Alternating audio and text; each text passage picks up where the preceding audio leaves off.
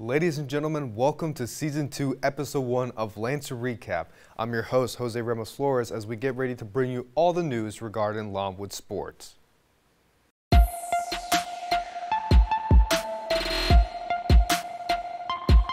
We'll start off the new season talking about the field hockey team led by head coach Miranda Riggs. The field hockey team currently sits at 2-8 as they played 2 games this past weekend. On Friday the 22nd, they faced Bellarmine University, and after a double overtime match, the Lancers unfortunately lost, losing 2-3.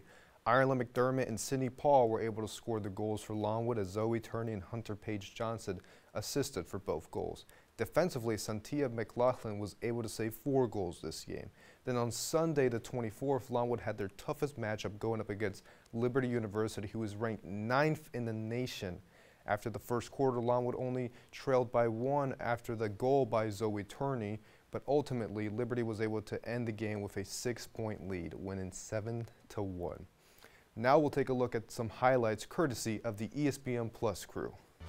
Taking a look at the field hockey highlights here, Bellarmine University pushing up the pace, but Frolex able to get there to deflect the ball out of bounds, and in the penalty corner here, Ireland McDermott able to score the goal off the assist by Zoe Turney.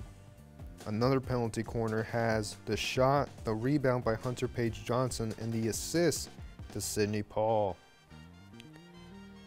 Then moving on to the 24th on Sunday against Liberty, another penalty corner as Zoe Turney able to dome it in from the top of the shooting circle.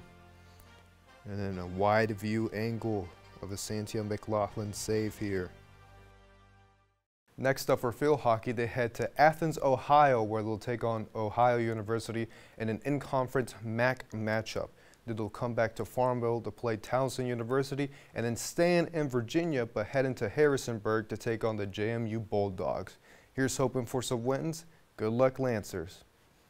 Next up, we have women's soccer, which was supposed to take place on Saturday the 23rd, along with a men's soccer match, but due to some unfortunate weather from a tropical storm, the men's game was canceled and the women's game was moved to Sunday the 24th, right after the field hockey match, which, as mentioned earlier, was played on the same day.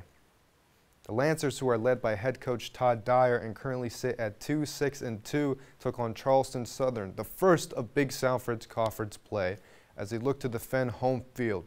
Unfortunately, the Lancers fell 0-1 by a late goal in the first half. Mary Kate Levish was able to save 2 goals this game, added to 36 total this season.